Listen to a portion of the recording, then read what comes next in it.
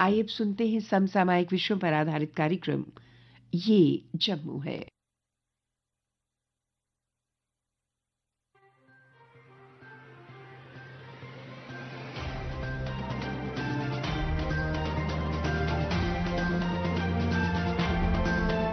श्रोताओं नमस्कार। कार्यक्रम ये जम्मू है में आप सबका स्वागत है। आज के अंक में शामिल है केंद्र शासित प्रदेश जम्मू कश्मीर के उपराज्यपाल द्वारा सेंट्रल यूनिवर्सिटी ऑफ जम्मू में किया गया सेकंड एरोसोल विंटर स्कूल का उद्घाटन, J&K religious tourism culture and heritage trust के सहयोग से टैलेंटेड राइटर्स फोरम J&K द्वारा किया गया एक पुस्तक विमोचन समारोह का आयोजन, जिला किश्तवाड़ के एक सामाजिक कार्यकर्ता ने सब डिवीजन पाडर की समस्याओं को रखा सरकार के समक्ष, क्लस्टर यूनिवर्सिटी ऑफ जम्मू में चल रही है 3 दिवसीय लिंग्विस्टिक्स वर्कशॉप और श्रोताओं जिला सांबा के डीडीसी चेयरमैन ने बताया अपने क्षेत्र में चल रहे विकासात्मक कार्यों के बारे में। पर सबसे पहले अपनी बात। प्रधानमंत्री नरेंद्र मोदी का 20 फरवरी 2024 का जम्मू दौरा नए जम्मू कश्मीर के इतिहास में सदा सर्वदा स्मरणीय रहेगा।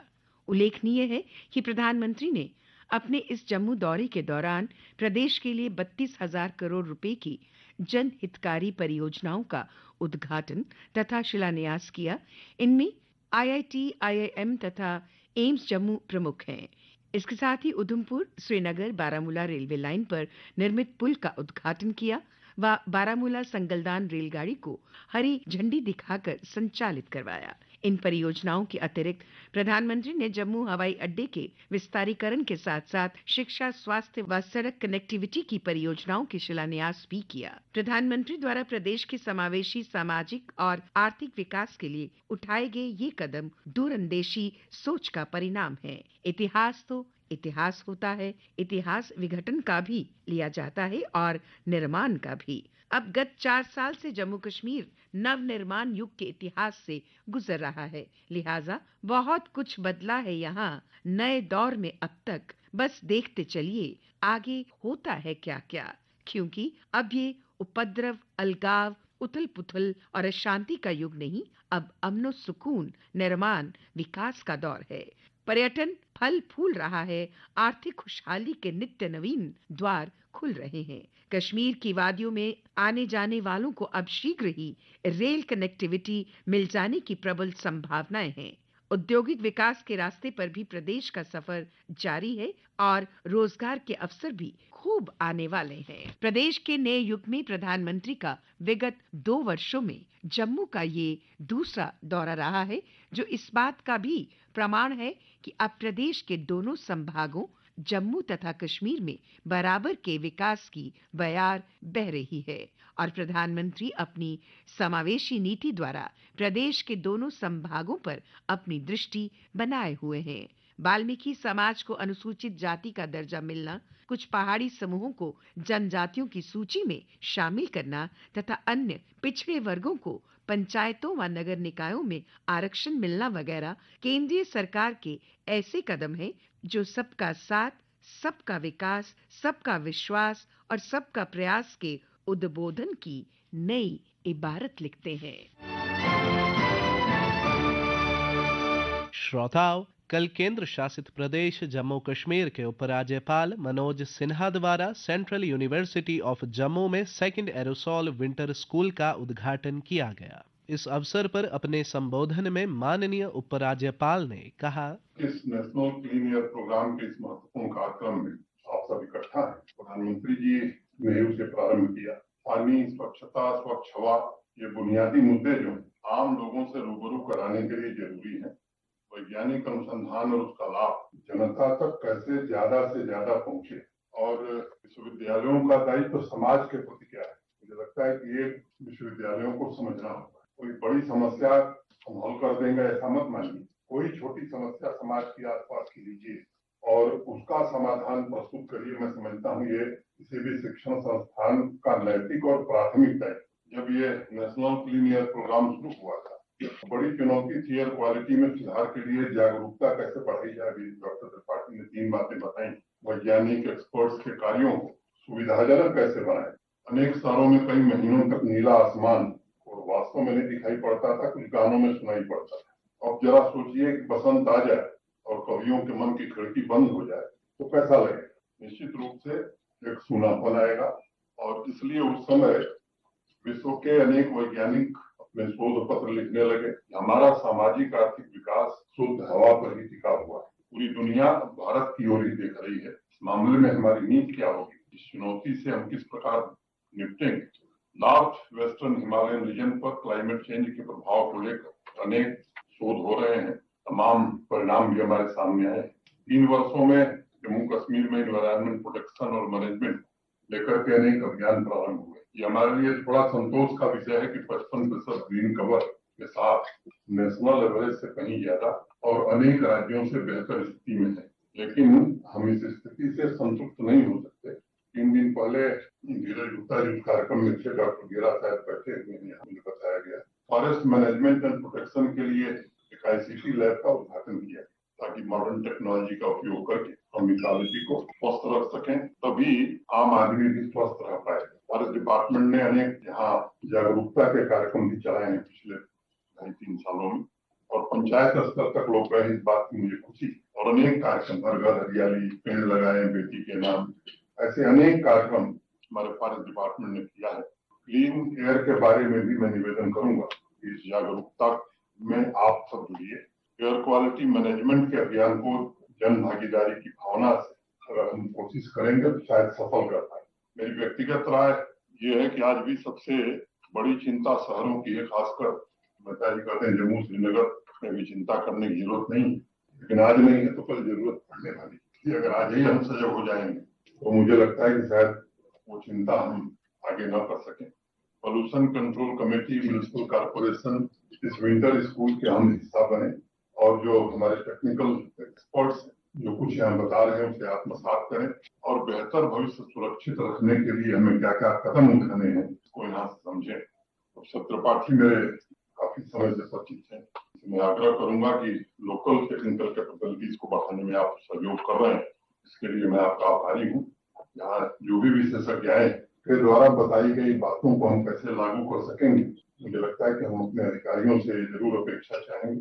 एनवायरमेंट और डेवलपमेंट एक दूसरे के पूरक है, विरोधी नहीं।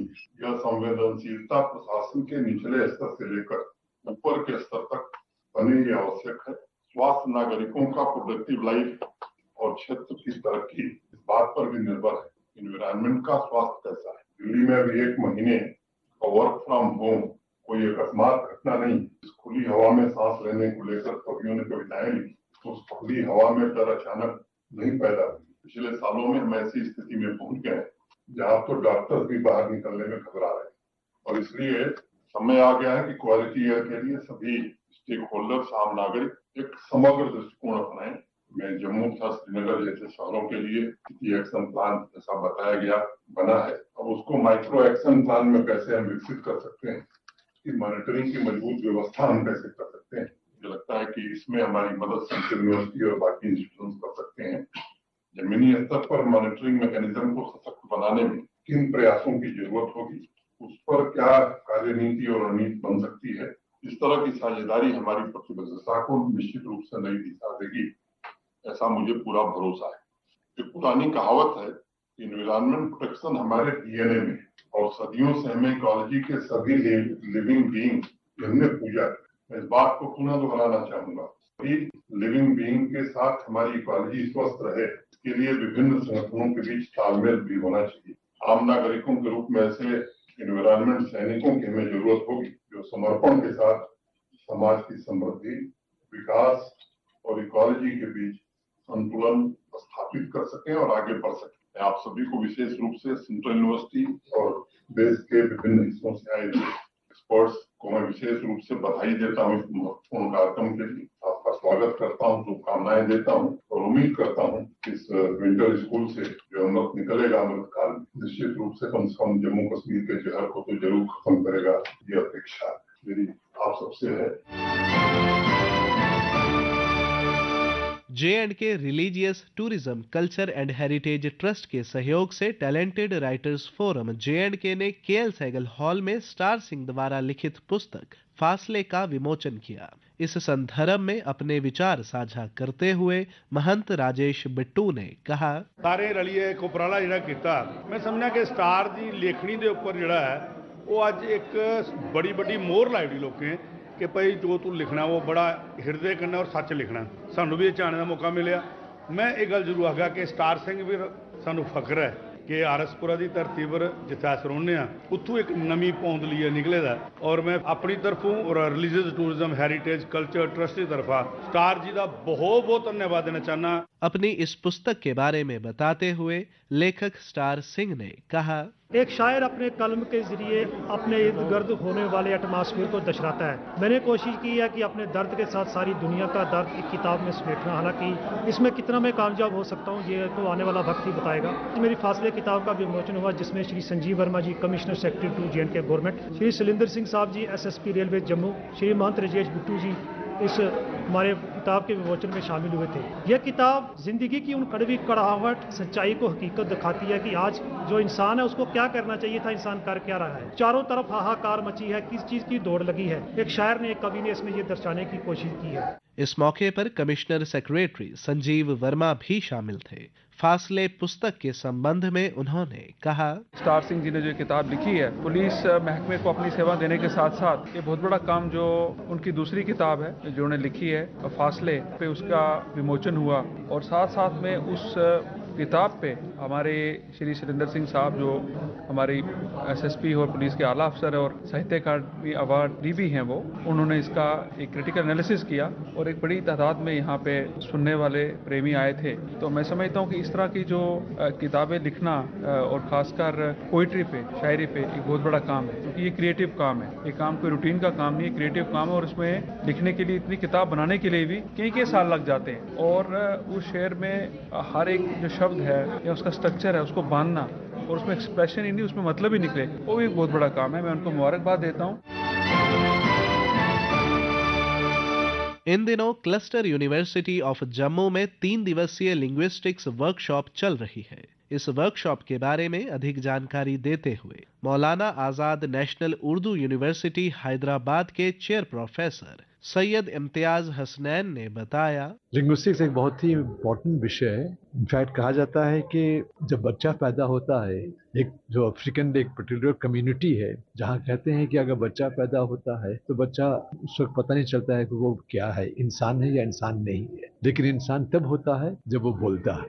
तो भाषा एक ऐसी चीज है, जब हम लोग बोलते हैं तो हमारे में एक ह्यूमन कैपेसिटी आती है। और भाषा जब बात करते हैं तो भाषा विज्ञान या लिंग्विस्टिक्स उससे दूर नहीं रहता। ये जो उद्घाटन हो रहा है, जिसके प्रोग्राम की बात हो रही है, वो अवेयरनेस दिया जा रहा है कि लिंग्विस्टिक्स है क्या इसका महत्व है। लेकिन एक और जो दिलचस्पी की बात होती है, जो कॉमन लोगों को समझ में आती होगी, कि जब हम देखते हैं कि बच्चा कुछ चीज़ों में वो और दूसरे बच्चों से पीछे हो जाता है, तो हम समझते हैं कि बच्चा में कुछ कमी है, उसका IQ लेवल कम है। लेकिन हम ये नहीं सोचते हैं कि बच्चे के एक लैंग्वेज डिसऑर्डर है। इस वर्कशॉप के बारे में अपने विचार रखते हुए क्लस्टर यूनिवर्सिटी ऑफ जम्मू के वाइस चांसलर प्रोफेसर बचन लाल ने कहा, ये 3 दिन का जो वर्कशॉप हो रहा है उसका पर्पज है कि लैंग्वेज के बारे में बच्चों के अंदर एक अवेयरनेस पैदा करना। क्योंकि आजकल लैंग्वेज को लेकर के लोगों में कई तरह की हेजिटेशंस, और लैंग्वेज का जो मूल भाव है जो कि उनको कल्चर को प्रिजर्व करता है, उनकी आइडेंटिटी को बनाता है, ये सब चीजें धीरे धीरे गौण हो रहे हैं इस ग्लोबलाइजेशन के जमाने में। इसीलिए ये पर्पज फुल्ली रखा गया है कि बच्चों के अंदर एक अवेयरनेस, क्योंकि अभी NAP के अंदर जो लैंग्वेज इम्फेसिस है, लैंग्वेज के केवल वो कल्चर को रिप्रेजेंट नहीं करता है, केवल व्यक्ति की आइडेंटिटी को नहीं रिप्रेजेंट करता, बल्कि वो बहुत सारे अवसर प्रदान करता है उसके जीवन को ऊपर उठाने का, जॉब के अवसर प्रदान करता है। लेकिन अनफॉर्चुनेटली लोगों के अंदर थोड़ा सा एपैथिक एटीट्यूड हो गया बच्चों को, तो उनमें केवल अवेयरनेस पैदा हो, लैंग्वेज क्या है, कैसे है, उसका क्या उपयोग है जीवन में, उसके संस्कृति के उत्थान में, व्यक्ति के उत्थान में, समाज के उत्थान में, राष्ट्र के उत्थान में, ये सब बताने की दृष्टि से यह ऑर्गेनाइज किया गया।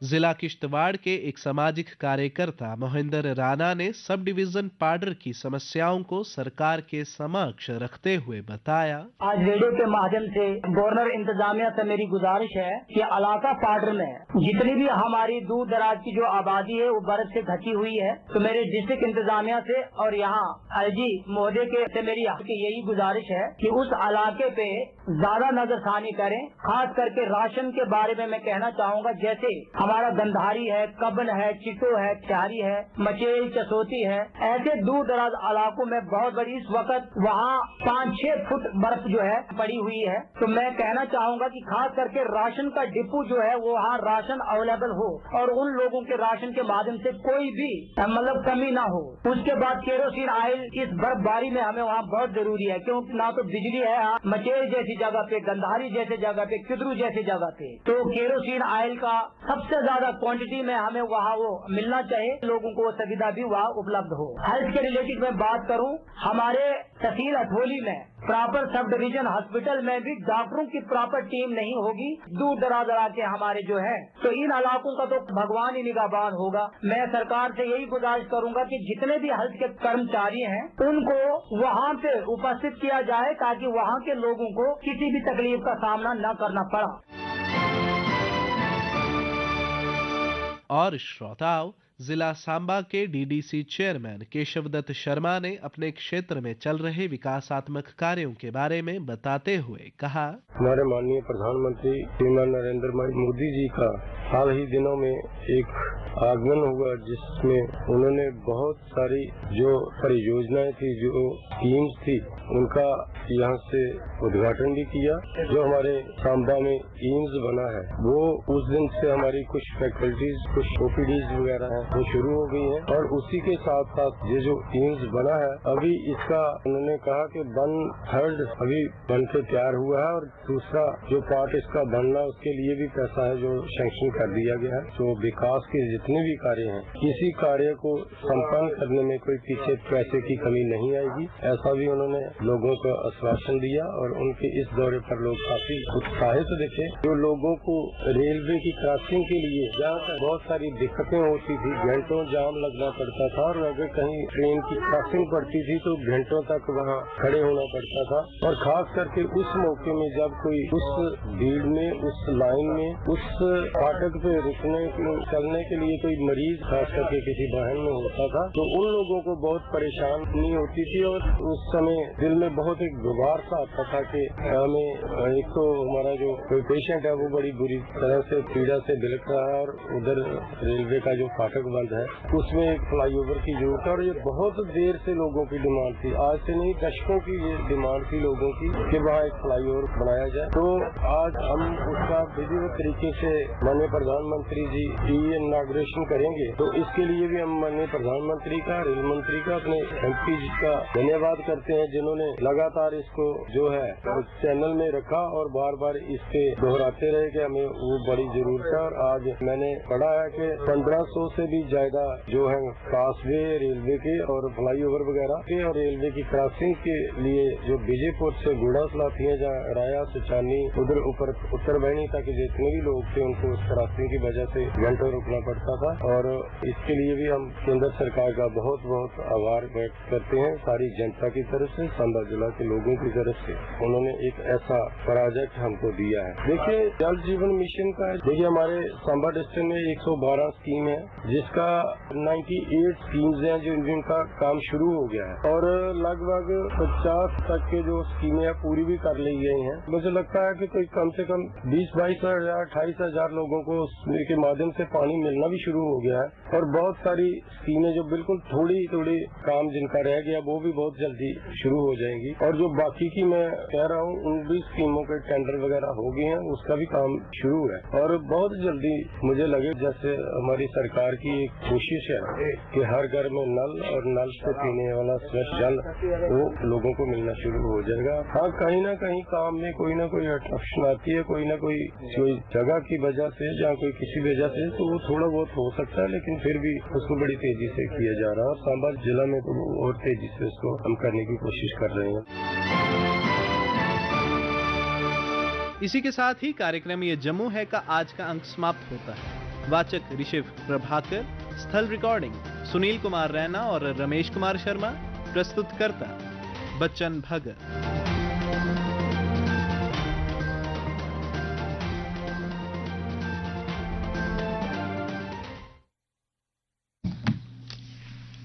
आप सुन रहे थे समसामयिक विषयों पर आधारित कार्यक्रम ये जम्मू है।